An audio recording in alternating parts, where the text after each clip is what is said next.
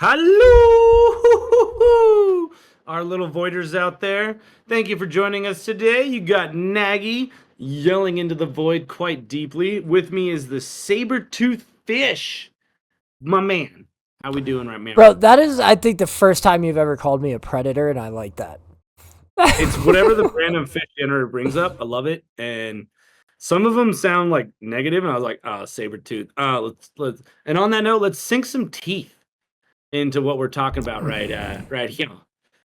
We have an hour of propaganda for any human Yeah. on the planet that wants to go on a cruise ship. And we're going to tell you why they're freaking awesome and why you need to go do it and the benefits of it for your family and friends. Which I have a very, I want to say it's a double-sided opinion on, because I would go back to cruise ships in a heartbeat. People are constantly like, "Do you miss them? Do you miss them?" I'm like, yes, hands down. It was the simplest life you could have. It was amazing. I made money, traveled the world, I did things. And then when Jared's like, "Hey, do you want to go on a cruise?" I'm like, "Not really," because it's a lot different when you're going to work and doing all these activities and getting to participate in everything versus, all right, let's go on a cruise and go do stuff. Nagy's not great at like chilling. I don't have that chill vibe of just go sit around and do stuff. But cruises offer that really unique thing where it's you can chill or you can go do anything you want. So this is an interesting one because I'm very conflicted on what we can do here.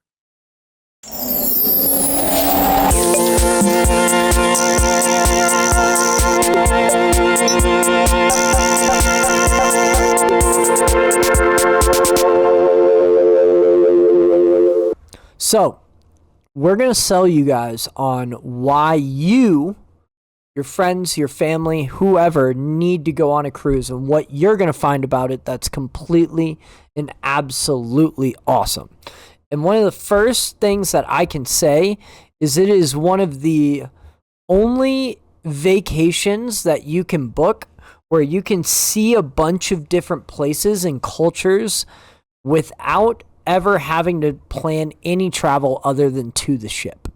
So you can go to, for example, if you're doing a Mediterranean route, you can get on the ship in England and you will see France, Italy, Greece, all these different cultures down there, and then come back and you don't even have to plan a single car drive anywhere.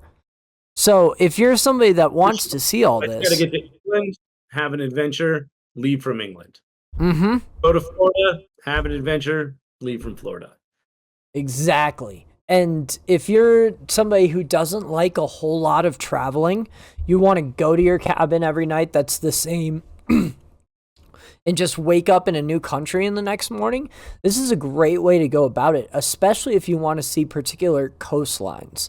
So if you're looking for up the East Coast, you want to go to Baltimore, Boston, New York, then go up into Newfoundland and Canada, and then come back down. Oh, this is the way to do it. Or even see some of the Polynesian islands up in, or down, I guess, depending on which way you're looking at the Earth.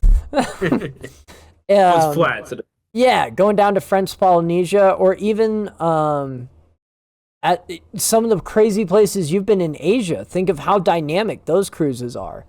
You go, yeah, this is going to be very interesting because Jer and I are going to Norway on a trip next month. And it's going to be one of the few trips we've planned where we had to do all the bookings of fly into here, drive here, train here, fly there, do all these things.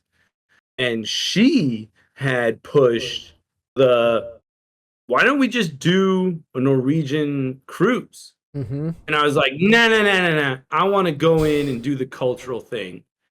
Let's do, like, I want to go be, and I think this is going to be very eye-opening of, wow, this actually, like, looking at our itinerary, I'm like, this kind of sucks. Like, we're here for a couple days, then we got to fly out, then we fly in, then we land, then we do all this stuff. And I was looking at it, I was like, man, maybe she was right. I can't tell her she's right yet. So we'll find out after the trip, if it's like, okay, well, we went to all these places versus doing the cruise that did it, which one gave us the true depth of truly getting that vacation experience? Or like, Mm-hmm. that was a nightmare of packing up, going somewhere, repacking, doing everything versus all you have to do is get off the ship for the day with the day's amount of clothing and then get back on the ship and it's all right there anyway. Like you're only carrying your day bag with you. So I think this is going to be a nice eye opener. But until then, I think we're still pushing the cruise aspect of seeing these places without having to do all the effort of the itinerary planning. Correct.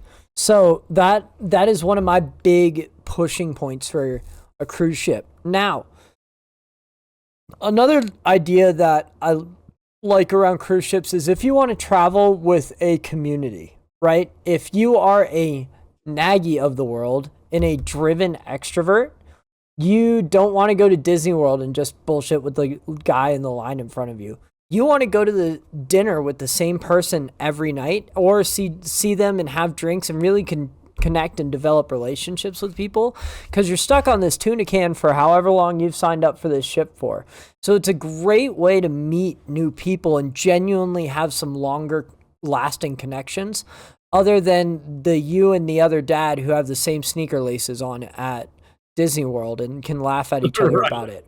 Or we got this expensive shirt. We're bros. Yeah. Exactly. Or if you're in, like, you're going on your Norwegian trip, you can make friends with the guy at the bottom of the hotel for like 20 minutes and that's about it. But you can genuinely meet people and find new things and new people to connect with.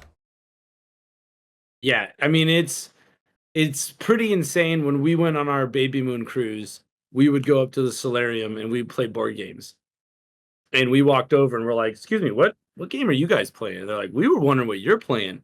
And then we saw them every day around the same time and developed this connection where it's like they were a far older group of people, but you can bet your bottom dollar that I met them on the pickleball court and then we met them in the solarium in the evening. Like it was very cool to develop that relationship, like you said, where they're not going to be the ones staying up late at the bar and then going on a crazy hike the next day. So when you're on the ship, you're making that connection that otherwise would never have any pliable like road that you'd have otherwise.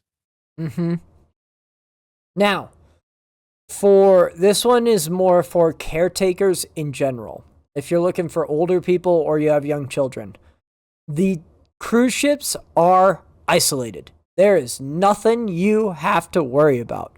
If something happens to your kid or your mom or dad that are now older, or grandpa or whoever, you'll find out in a matter of minutes. There is nothing you need to worry about. They will find you, okay? There's nothing you need to worry about with them. If they are, even if they're having trouble with particular items, walking, sight, whatever, everything is there for you. So if they can learn their ways to, oh, you know what? I like getting up in the morning and going to the cafe. If you can teach them how to get to the cafe the first day or two, guess where you're going to find them? Consistently. At the same time, every day. And they've made friends with the guy that works at the cafe there. And so now that is their buddy for the whole time, or wherever, or vice versa. Or even if you just have a parent that likes to drink a little too much, then guess where they're going to go? Anywhere on that boat. You're going to find them. Yeah. If they're charging your CPAS card, you find out in 17 seconds. The isolation is beautiful of, when we brought Atlas around, we would go to the cafe in the morning and you can bet that the second day we would walk in and someone would already be wheeling a high chair and just looking at us like, where do you guys want to sit? We got a high chair for you right here. And it's right there. You got an old person. It's like, you're not wandering far? Go ahead. You can sit down right here. We got a big comfy chair with your coffee already delivered to you. Like they are on it. The amount of times a bartender, you see them once and they walk up, they're like double cracking. I'm like, you're good, bud. You're good. Yeah, it's awesome. Then moving into that, following the same category of like there's something for everybody. Once you get to, I'd say any ship built after 2000, there's stuff on there for everybody, kids, adults, and a decent amount of it that you don't have to worry about anyone. If you want to take grandma and grandpa and your two kids that are 12 and 7 on ships, you're going to find something for everybody. And then you can also enjoy the ports as well as needed, right? Because let's say you go to Cozumel and you just want to go ride a scooter down the beach. Leave your kids on the ship in Adventure Ocean. They'll have an awesome time, you know? And you can go out and do whatever. Or say it's Coco Cay. Bring off the whole family. Get the one chair by the beach. Let grandma play when like knee-high water, and that's about it. But you could still see a zip line going by and tons of fun for dad and the older kid to go run around and do whatever. So... Well, also the security of ships that it's like they don't let anyone under 18 off the ship without an accompanying adult. So if your 16-year-old's trying to sneak off in Cozumel to go drink, they'll buzz and it dings them and it's like, hey, where's your adult? Oh, well, they're at the pool. They said I could go off. They're like, cool, go get them. Yep. So you have that security that they're there. The activities on ships, most of the time, if it's the adventure activities and you're under 13, you need an accompanying adult. Like, hey, I want to ride the float rider. Cool, where's your adult in case something happens? And oh, he's right there. And they're just sitting there and the uncle waves like, hello, I'm right here. They ride the float rider, do all the stuff, and you're good. Or there's another one. Grandpa can take whoever over to the flow rider. Mom and dad don't have to do it. And he can sit there and be like, hey. Yeah. Who's watching you? And I wave from the bar like, I'm over here. And it doesn't matter because like, okay, you have an adult present, have fun with all the activities. But also the security of like your preteen kids running around doing whatever, you know that it's like, hey, we are going to be situated at this location. Go do whatever you want. Go get ice cream, go get candy, go get food, but come back here and check in. We're just sitting at the pool watching whatever activity, belly flop competition. Go ahead, do whatever. We're right here. It's a very central thing where like, it's a ship. They can't run too far. And if they do, they're going to have to run back to whatever. Let's give another great scenario. It's formal night. You and hubby want to get dressed up and you're looking to the nines. The kids are having all the drama on the planet. Grandma and grandpa or whoever, if they're old enough, let them go do whatever they want, wherever they want, and you can dress up all fancy and have the fun night that you want because they're not going anywhere. They're in the middle of the ocean. Let them go play in the arcade.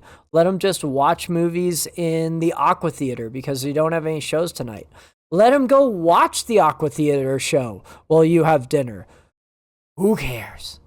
Oh, it was so clutch to, guys, we have it so stupid easy. Like pants, shirt, tie, bow tie, whatever. You get dressed up. It doesn't take us a long time. Jera's in there doing her hair, getting just beautified up, looking amazing. She needs time. To dress a baby in adorable suspenders and stuff like that doesn't take a lot of time. So I would just take Atlas out, walk him down the promenade and be like, we're going to go take a 20-minute lap.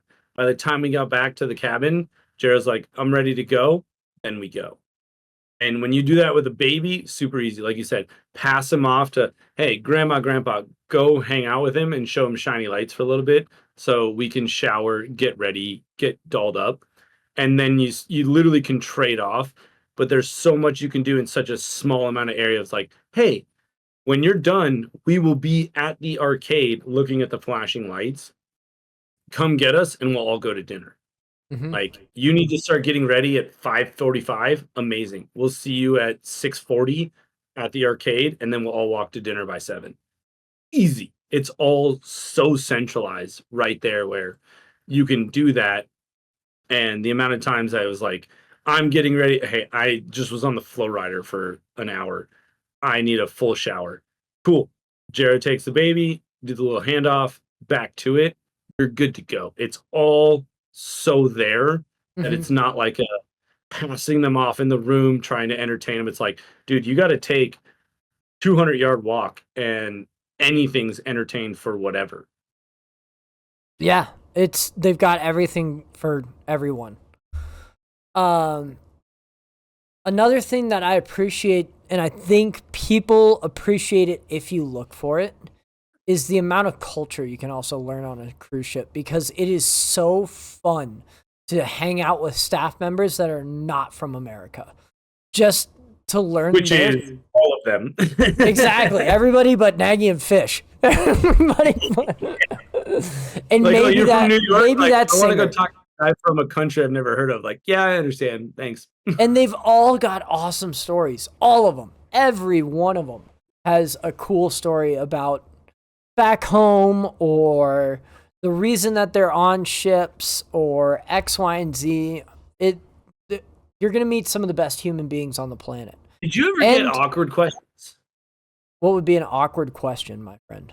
I mean, anything that made you uncomfortable. For example, like I got one, I was running carousel on Allure one time, or Oasis, excuse me. And it was, again, carousel was a side duty that I did where we let kids in, make sure they're all situated, ring the bell, hit go, they run around. And a lady goes, "Is this really the job you want, to run carousel on cruise ships?" I was like, "This isn't my job. I work with kids in Adventure Ocean. Like, this is a side duty. This is like doors." And she's like, "Yeah, but is this the job you want?" And I was like, "This is an amazing, I've been traveling the world. Like, this is my 5th country in 2 weeks. Like, yeah, I'm kind of chilling pretty hard right now." So like awkward things like that. Like, to me, you can present a question like that, or you could go up to a bartender and be like, "Who's the dumbest guest you've ever had?" And they will extrapolate, and you can hear like the most amazing stories. I've never got any questions like any of that. Really? No, I mean, I've got nothing that's awkward. To me, like, that was awkward. I was like, do you really think all I do is like run the carousel on a cruise ship? Like, I listed all my other duties, and she's like, "Yeah, but you're running carousel." I was like, I mean, I've gotten silly questions. I haven't gotten anything that's made me feel uncomfortable, though. Like, I remember one time a guy was talking to us about zip lines, and like, "Oh, I've done this zip line and that zip line and this zip line here." And what do you guys zip line in your free time? As if like I just go into the jungle and fucking hang it up. Just like, "Yeah, dude, we're in Cozumel. I'm gonna go set one up on 23rd Street. Come on down." Like, I've gotten stuff like that before, but wouldn't say anything awkward. It might have been departmental, because like I said, that one happened in youth staff. And then with the skydiving thing, it's like, "Oh, do you skydive a lot?" And I was like, "I've never jumped out of a plane. Like, this is what I do." But we did go skydiving other places, stuff like that. But it was like sequiturs to the job. But yeah, just sometimes people asking awkward questions like that, where you're like, you guys really don't know what happens here, do you? Yeah. So you get to see a lot of cultures, which is really cool. Then let's just kind of talk about a lot of the amenities that are on ships that you wouldn't think are on ships. Again, I'm gonna preface with everything that Nagy and I are gonna list is gonna be on a ship built after about 2000, 2005. Anything before that may or may not have all of this, and that is across the industry of cruise ships. But I think we can pretty much unanimously agree that anything listed that we're about to say is going to be on a ship after 2005 for any company. And some of the modern amenities is, one, they have a spa that is on the ship that is absolutely incredible and world class, that you can go into the steam room, the sauna. You could get, probably, if you're into any type of thing, they have it. Hot rocks, acupuncture. What else random things do you remember? Shower, massages, haircuts, mud baths, like yeah, they had like, it all. The things on cruise ships are like, why is this here? Like, oh, well, people want to get a crazy perm for one day of the cruise. You're like, you guys do that? Like, yeah, it's right here in the spa. It's in this package. Like, oh, okay. Get their nails done. Anything and everything you can think of that happens at a spa, they probably have it. If it's a weird outlier, But I mean, even nowadays, I'm not shocked. They have infrared therapy and cold therapy on some of the more modern ships. So if you can dream it, they've got it. Before, it's like, oh, I need to go get my hair done and my nails did and everything done before the ship. You're like, no, you could go get a new set of nail polish every night. You could go get a manicure, pedicure every day of the ship and be completely different, like it's a spa back home. Like, oh, I want to hit the gym, then hit a cold therapy, then hit an infrared, then get acupuncture. Like, yo, you can totally do those things on board. Like, I was blown away by those amenities offered where you're like, that is on board right now. Like, you can go get that for formal night and then casual night. Like, yeah, you can totally do those things. When it comes to meals, you can find pretty much anything that you want at the Windjammer that's included. But when we say the amount of dining that there is on some of these cruise ships, you will never even touch all of it unless you go out of your way to make sure that is your cruise. It is incredible, the varieties of foods, the chefs that are on these ships that can cook at some of these places. Like Johnny Rockets is Johnny Rockets. Let's be real. That's all the same spot. Burgers and fries and all the things dipped and fried. Yeah, you're getting them. But what was the name of the Central Park Steakhouse? 150. 150. There were some real chefs in 150. Well, yeah. I mean, the thing was, it was insane that we looked at 150 in Central Park. You look at Chop's Steakhouse. You can go get these luxurious meals at all these specific locations. But you can, like you said, you can also just go up to the Windjammer and you can get a minute steak that is phenomenal. Because they are grilling it right there, and you walk up, you're like, yo, man, cook it blue. And he's like, pss, pss, pss, here's your steak. Like, whoa, all right, thanks. Like, we've been forced to utilize the Windjammer a lot more because of, Alice is like, hey, man, I don't want to sit at a restaurant for 2 hours. But if you have the time, like you said, you put your kid or your teens, you're like, hey, we're going to dinner. You guys, we're taking you to the Windjammer for 30 minutes, and then mom and dad are going to 150 for 2.5 hours. Like, we will see you at the cabin tonight.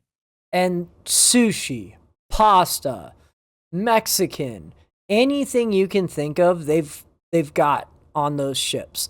Now, let's even go one further. On most of the modern ships for Royal Caribbean, and definitely I've seen on Virgin and Carnival, there's a chef's table type restaurant where the executive chef or the guy right below him come and make dinner for that group that night, and you get whatever they wanted. And it's a very intimate experience because they only take like 12 or 15 people. It's very small. And that chef comes out and says, all right, tonight we're pairing it with this wine because X, Y, and Z. This reminds me of when I was home doing this, that, and the other. And it is some of the greatest food you will ever have because these chefs are actually restaurateurs back home. We did a chef's table, and it was like a 7-course meal. And every course is paired with a wine. And he pours the wine and then tells you like a 20-minute story about the wine and back home. And you're just eating food and drinking wine, and you're just constantly getting refills and all these things of this insane meal while they're just serving you the most delicious food that goes with everything to a T. Oh, and it's just experiences that you can't pay for, but you can. Yeah. Well, that's the difference. That it's like, there's some of the times where it's like, yo, if you just go to the dining room every night, there's always going to be the staple things and the special of the night. And we would go and be like, give me my 3 things that I want constantly. And it was always escargot, shrimp cocktail, crab cakes. I was about to say, get them crab cakes on there, boy. Oh, yeah. Get them crab cakes. Loves the crab cakes. So we were just dominating those. And then you'd be like, this, and this. And I think one night out of 5 that I actually was like, yeah, give me a dessert too. Because most of the time I was like, nah, not even going to make it to dessert, bro. Like, just I'm ordering numerous and that's the other secret, is that you don't have to just order one of each thing. You can be like, give me 3 shrimp cocktails, give me 2 steaks, 2 ducks, and I don't need dessert. No, thank you. Like, I'm not gonna make it. And they're like, yep, here's your meal. And they just bring it all out. Or you can get one of each, all the things. But if you have a finer taste, they also have like specialty dining things. And you can get breakfast at Chops, lunch at Chops, dinner at Chops. Or you get to mix and match where you're like, I want breakfast at Chops, lunch at Giovanni's, dinner at, I don't know if it's still Jamie's. I feel like that contract right now. But you could just pick and choose like pasta, steaks, meats, fish, sushi, anything. You get all the specialty dining as you want. And that's, you can pay for the extra, but you are getting all of the food that's involved in it. Yeah. And so if you're a real foodie, the cruise ships are there for you. They got your back. Oh, yeah. Now, let's talk about the theme parkness of what's happening. And so during the day, there are zip lines, rock walls, pools, water parks, flow riders, bingo, slides, ice skating, laser tag. We could go on and on for the amount of things to do just in the middle of the day. And that's when you're stuck in the middle of the ocean, you will never run out of things to do. And if you do, you aren't trying, because we used to bring the cruise compasses up and they were 2 pages. 2 pages, as in front and back, of activities for the days. And that is just activities. Boop, boop, boop, boop, boop, boop. Yeah. Like, we would literally be like, I don't know if I can hit this trivia, then make it to this sports. I think the only hindrance was truly having the right attire. Meaning like, I'm going to the flow rider, then zip line, then pickleball. It's like, well, I can't be wet for the zip line, or I need closed-toed shoes for the pickleball competition. And then don't forget the art auction right after that. Like, the list goes on. Champagne, bro. Like, the list goes on and on and on, and there's something for everybody. And if there is never an empty space on those ships. They try to keep them as packed as possible. So if they're not doing a show in the theater, there's going to be a kids movie running, or a movie for everybody to go see in the middle of the day. Right. It goes on and on. The amount of nights I've sat on the rock wall and watched Frozen. All right? Yeah. Just because they have to fill it on formal night because they're not doing aqua shows because people don't want to get wet. It is well thought out and all put together, and they've got everything for you guys. Now, let's talk about what's going on at night. Any and every type of venue you could think of, from quiet areas where you could sit and there's flowers and there's a nice breeze from the cruise ship or from the ocean coming up, to seeing any type of show that you could see. Broadway caliber shows are, by the way. Yeah. And you realize that Cirque du Soleil, 2/3, Nagy and I can tell you from experience, 2/3 of all the cast on every show is either used to be on Broadway and now is doing this in their free time for fun, or is like 2 good ship contracts away from being on Broadway because they need just more reps. World-renowned divers, singers, dancers, just being like, I'm just kind of filling time till the next competition because it's 2 years away. Like, or I took second on season 27 of American Idol. Right. Yeah. Like, we're just doing this. Like, when we were on Utopia, just you're walking through Central Park and there's a pianist and violinist just playing, and you're like, these guys could definitely be in any venue in New York just crushing it. But they're on a cruise ship while people are just getting drinks and going up and down the rising tide. And with that, there's nightclubs there, and I mean truly, where we have a DJ on the ship that gets out there, and it is rave lights and just strobe lights going on, and he's playing until the crowd leaves. Like, that's his gig. Yeah. That's what he does. You could be the only person on the dance floor, and he's like, "Yep, got another track for you, bud." Yeah. The piano bars, dancing, the salsa bars, the samba boleros, like, yeah, constantly, just bangers of.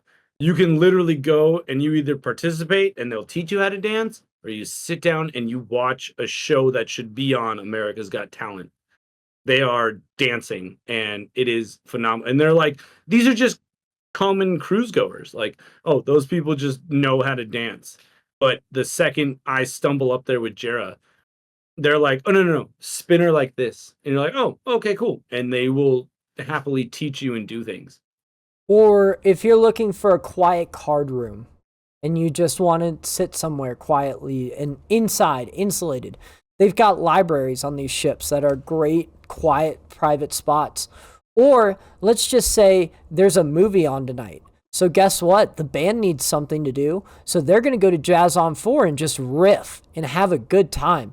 And we're, again, talking about world-class trumpet, cellist, just riffing, having a day, because they said, you know what, man, I really want to try something out tonight. And everybody else is like, go for it, bud. I'll take it next week.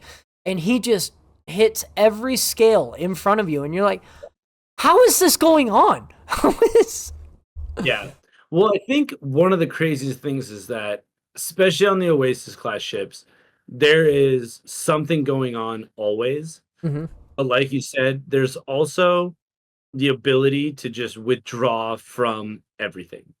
And you could literally go from being taught salsa and rumba and all the things. You can learn how to vacuum if you want. But you could also just go up top and chill and just be in a place of just peace, with just ocean sounds and nothing. And just you're just in an area or a venue that's like, hey, this is just peace. Like, you can just sit here, just relax.